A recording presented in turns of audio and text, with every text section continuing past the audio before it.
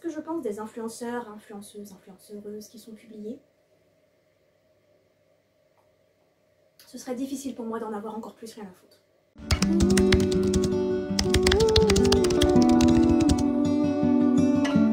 Super mal et je sais pas comment. Ah oui, c'est vrai que tu démarres toute seule, toi. Je comprends pas pourquoi tu fais ça. Salut, moi c'est Goodnight Sea Lullaby. Je suis une autrice française de l'imaginaire. Tu peux retrouver mes œuvres un peu partout.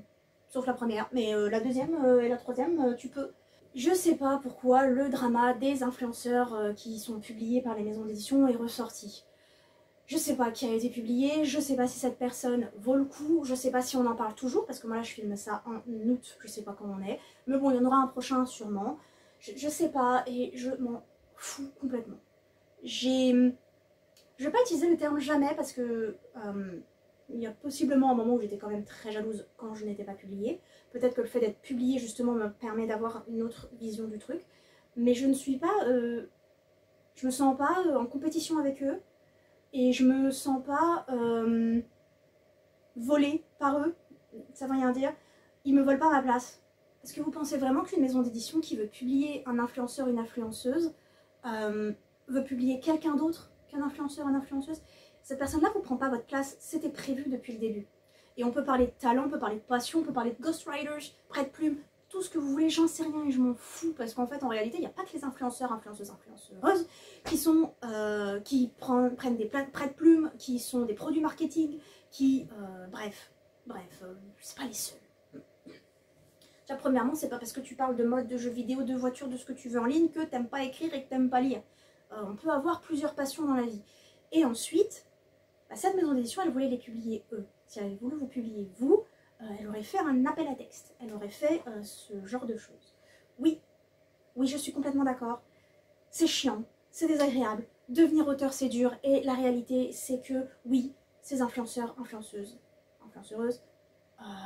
c'est parce qu'ils ont une communauté qui sont publiés, plus que certains, sûrement plus ça, je vais y arriver, sûrement plus ça que parce qu'ils sont doués ou quoi que ce soit. Je suis sûre qu'il y en a plein qui sont contactés même sans avoir écrit un bouquin, sans avoir un pitch, sans avoir rien, juste hey, tu veux écrire quelque chose avec nous? Ou hey, tu veux qu'on fasse croire que tu as écrit un truc et on met ton nom dessus? On peut parler de justice, on peut parler de ce qui est éthique et moral, de ce que vous voulez, mais en attendant, ces maisons d'édition, elles voulaient publier des influenceurs. Est-ce que c'est juste? J'en sais rien. Est-ce que c'est grave? J'en sais rien. Qu'est-ce que ça veut dire sur le futur de la littérature? J'en sais rien. Avec l'IA et avec le téléchargement illégal, je pense qu'on a plus grave que les influenceurs maintenant, qui en ce moment, j'allais dire right now, que les influenceurs qui écrivent des bouquins. Je parle trop vite. Ça va vous? Beaucoup sur les réseaux sociaux ont souligné une réalité, c'est que les maisons d'édition, quand elles publient des nouveaux auteurs, ou même d'auteurs connus, mais surtout les nouveaux auteurs, elles prennent un énorme risque. D'ailleurs, si vous avez jamais signé un contrat d'édition, moi je vais vous le dire, c'est écrit à tous les paragraphes. Ok? À tous les paragraphes, il est rappelé que la maison d'édition prend un risque en publiant cet auteur. Que la maison d'édition accepte ce risque, mais qu'elle le prend pour bien te rappeler que ça peut merder. Et que c'est pas forcément la faute de la maison d'édition ou ta faute à toi, c'est l'industrie qui est comme ça.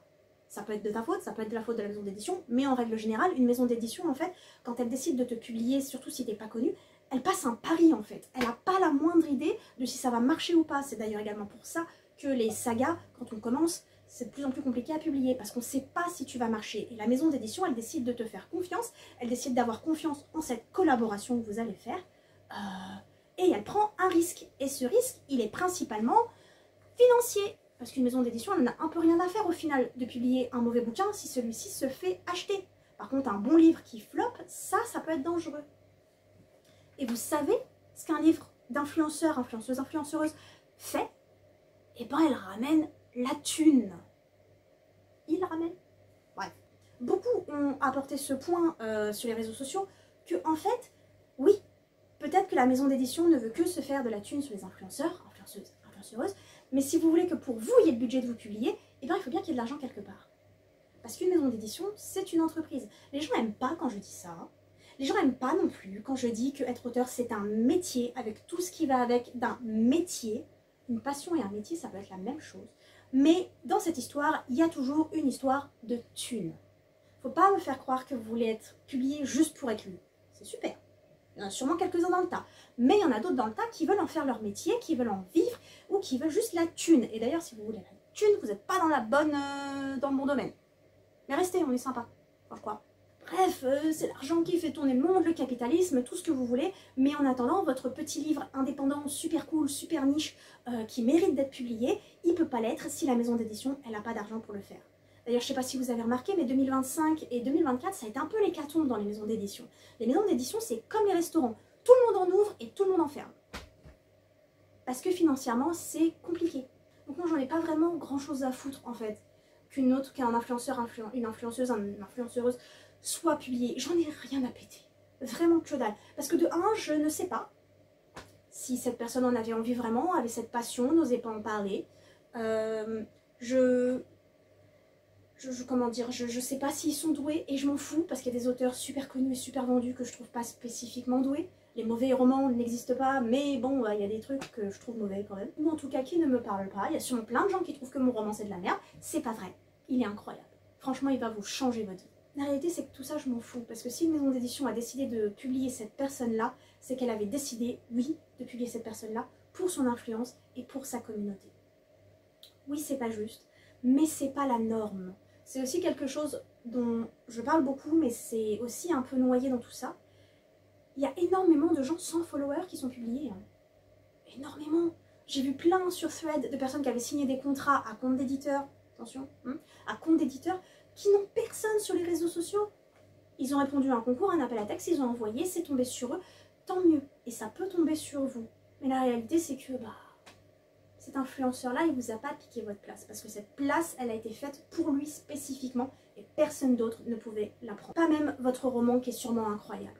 Parce que la maison d'édition a réservé cette place pour cette personne et puis ensuite elle en réservera une autre pour d'autres auteurs, autrices, autrices pour qui on prendra justement le risque de publier. Je suis désolée, hein.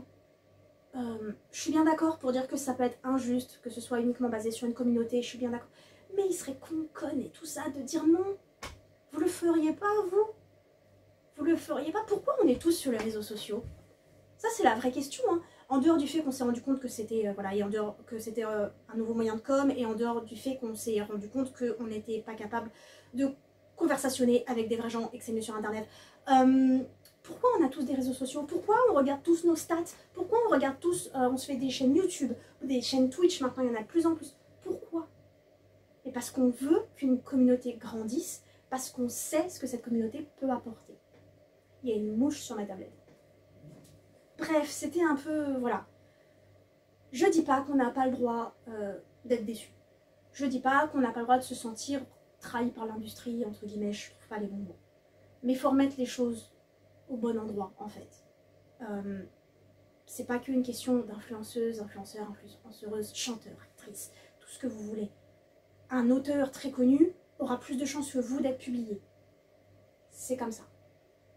C'est con, ça plaît pas, mais la réalité c'est qu'on est énormément d'auteurs, autrices, autrices en France. Il me semble que les chiffres sont très hauts, du genre 1 Français sur 2 a envie d'écrire un roman. Je peux me planter, mais il me semble que j'ai vu un truc ou 1 sur 5, mais c'est un chiffre énorme.